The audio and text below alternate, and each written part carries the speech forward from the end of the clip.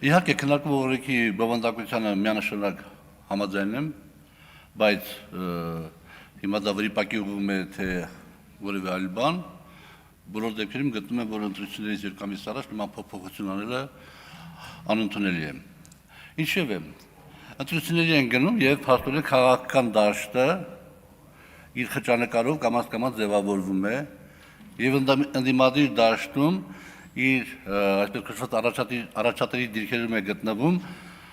մեր ձևով շարժման շուրջ առաջացող ուժը եւ վերջին ժամանակներս էլ փաստորեն որոշակի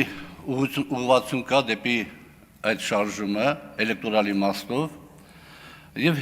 իմ խորին համոզմամբ, իմ գնահատականներով, եթե մեր ձևով շարժումը հասնում է ֆինիշին, այսինքն հունիսի 7-ին մասնակցում է քվեարկություններին, ապա ընդդիմադիր ուժերը հավաքական իմաստով հաղթանակ են տոնում։ Բայց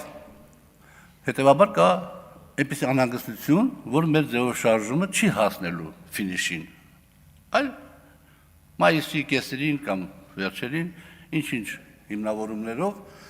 չերյալ կհամարվի իր գրանցումը։ Այս հանգամանքի դեմը առնելու համար հենց մեր ձևով շարժումը պետք է նախաձեռնի ընդդիմադիր ողջ բոլոր ուժերի, այսպես կոչված միասնական ներկայանալ ընտրություններին, ճակատի ֆորմատով, ինչը մենք առաջարկել ենք,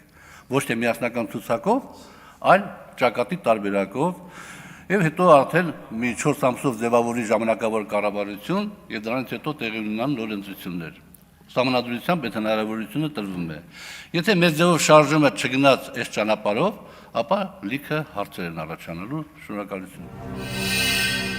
Բաժանորդագրվեք Արմադ մեդիայի ալիքներին YouTube-ում, Facebook-ում, Instagram-ում եւ Telegram-ում։